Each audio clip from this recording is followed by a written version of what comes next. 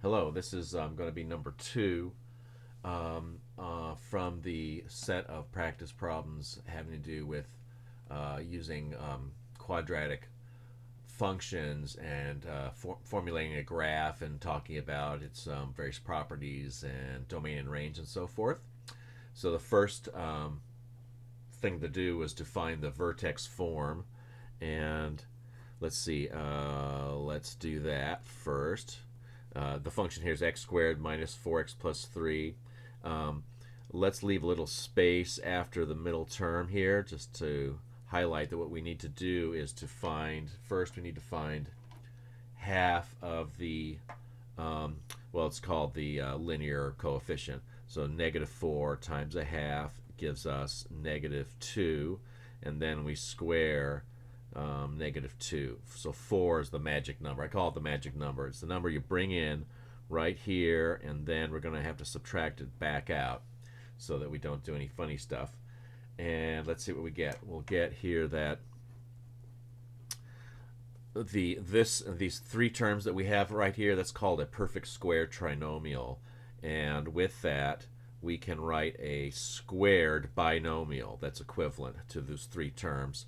These other two terms here, we'll just have to add them up. It's plus 3 minus 4 minus 1. Now I'll just make sure that this checks. If I were to multiply out this x minus 2 squared, x squared, yeah, x times negative 2 and double it, negative 4x, that's the middle term, good. And then negative 2 squared is positive 4. Now this is vertex form right here. So that's was the first thing we're supposed to do. Part A, in effect, was find the vertex form. Now part B was to use this vertex form to find the vertex. And remember that the kind of general formula looks something like, and I'll do this in a different color here, the vertex form would be something like x minus h squared plus k, something along those lines. The most important part for us, well, two things, I suppose. The a, the leading coefficient, whether it's positive or negative. Here it's positive 1. And that's going to tell us about the direction of the graph, whether it faces upward or downward. But then the vertex in particular is going to be hk, h comma k, right? And so right here in this case, our h is 2. That is the x value of the vertex is 2, and the k, that is the y value of the vertex, is negative 1. So we got that taken care of. Let's see, that was part B. Part C, identify the line of symmetry. So the line of symmetry for us is going to always be a vertical line that goes through the vertex and also through the middle of the parabola. And it's always going to be x equals whatever the x value of the vertex is. That's x equals 2. And a little ls just for line of symmetry is a shorthand. I like to put that in the graph when we draw the graph. Find the y-intercept. That's part D. In my opinion, the very easiest way of doing that is going back to the original formulation of the function that has all these terms. It's expanded out, in other words, and you just put in 0 for x, and it's always going to come out this way, that a lot of the terms simply zero out. 3, in effect, is left over. Therefore, let's see, I want this to be a point. The point is 0, 3. That's going to be the y-intercept, and we'll label that when we draw a graph. Then part E is finding the x-intercept, or x-intercepts. It's usually 2. Well, there are different ways of approaching this. It seemed what was most popular in class, and I'm totally fine with this, was to use the vertex form, set the vertex form equal to 0, because we are setting equal to 0, that's for sure, no matter what.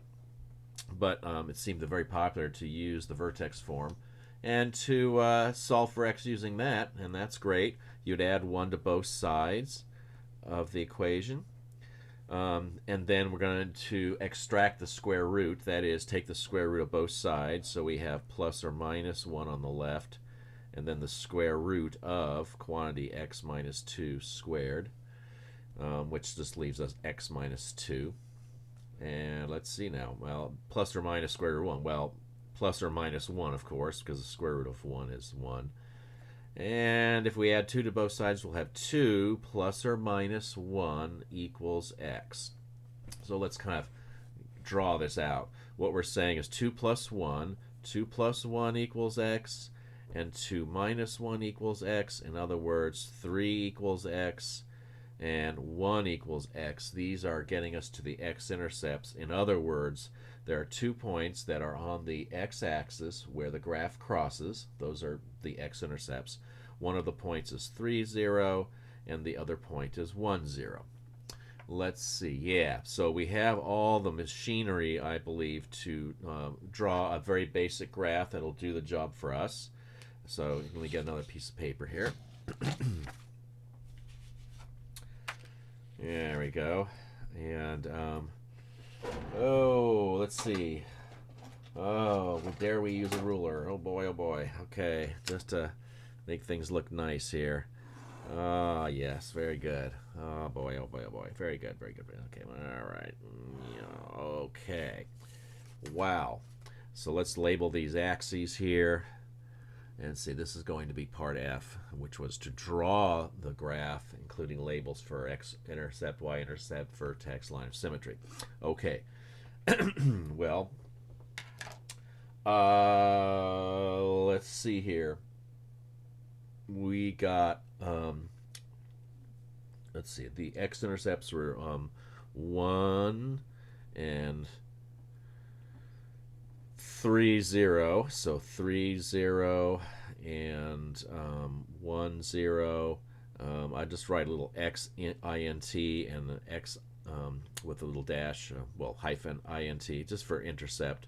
So these are the points right here where the graph will cross the x-axis. Now the vertex we located at 2, negative 1. So 2, negative 1. So the x value is 2, y value negative 1, vertex. And finally, we found the y-intercept. Let's see, that was at 0, 3. So there you go. 0, 3, y hyphen int.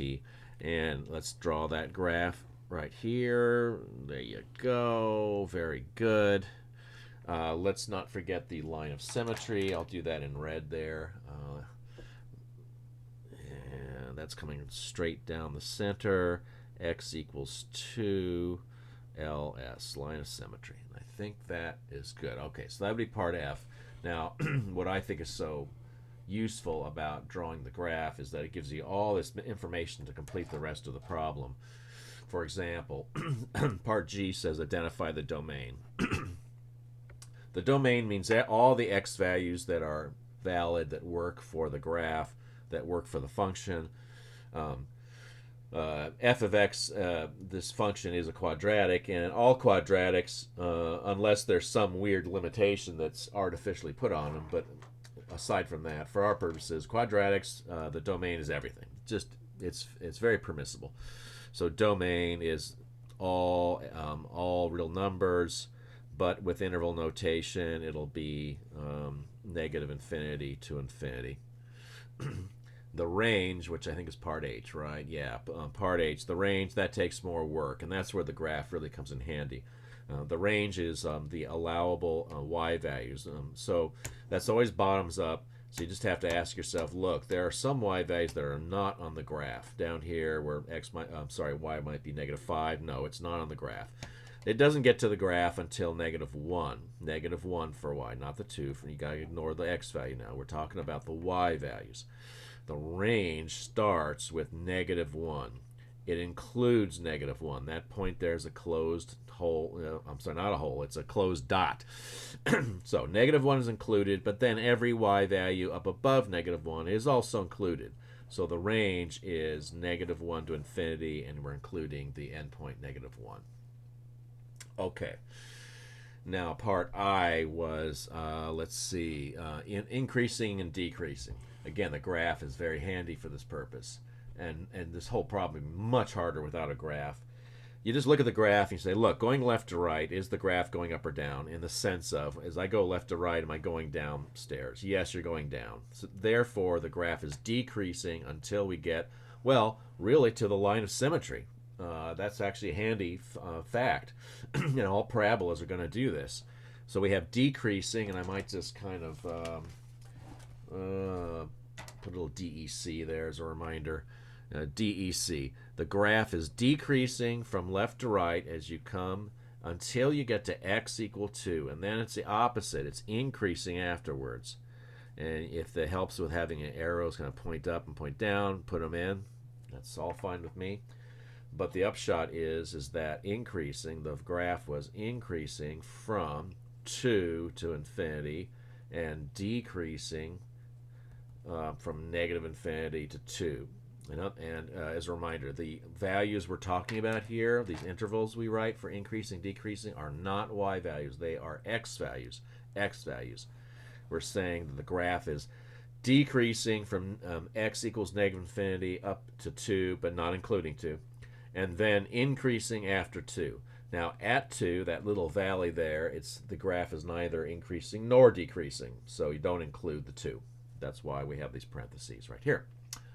Okay, what next? I believe J was the HIJ. Yeah, there we go. J is determine whether there's a maximum or minimum and identify that value. So, well, a couple of things. One, just look at the picture. That's a minimum down here. It's a valley. It's the bottom. It's the lowest value. Another way that's true is that we have an interval of decreasing and then an interval of increasing afterwards. And by definition, in effect, we have a minimum down here at the bottom. Now it's asking for the minimum value of the function or for the function. Now that's a y value question, not an x value question. So minimum value of, and then you look not at the x but at the y value, -1. Minimum value of the function, -1. And I think that that will do it for this problem. Thanks a lot.